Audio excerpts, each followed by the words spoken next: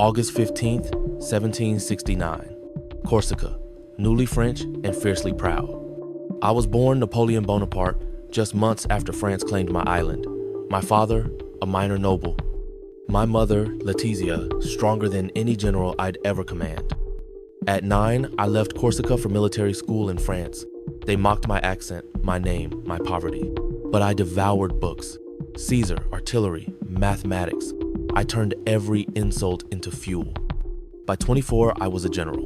Revolutionary France was bleeding, but I led a starving army into Italy and shattered Austria's power with speed and strategy no one expected. At 29, I marched into Egypt, not just to conquer, but to study, to carry enlightenment into the East. The campaign faltered, but we brought back the Rosetta Stone and planted the seeds of modern Egyptology. 1799, France was collapsing under corruption. I returned and staged a coup. At 30, I became first consul. 5 years later, in the Cathedral of Notre-Dame, I took the crown from the Pope and placed it on my own head. I bowed to no one, not kings, not gods, the Napoleonic Code. That is my true legacy.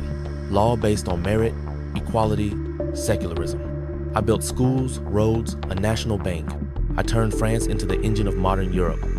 My Grand Armée marched across the continent, from Spain to Poland, defeating coalitions, toppling monarchs, spreading the fire of revolution. But ambition has its price. Moscow, 1812. The city burned before my eyes, and winter devoured my army.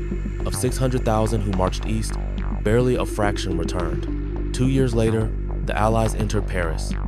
I abdicated and was exiled to Elba. Yet, I returned. One final gamble. The 100 Days. The people welcomed me. But at Waterloo, June 18, 1815, united Europe broke my last charge. They feared not only me, but the ideas I carried. They exiled me again to Saint Helena, a desolate rock in the South Atlantic. There, I dictated my story, watched the sea, and waited. On May 5, 1821, I died. No cannons, no crowds, just silence. History calls me tyrant and liberator. I shattered empires and shaped nations. I was born of revolution and crowned myself king. I was Napoleon, and I changed the world.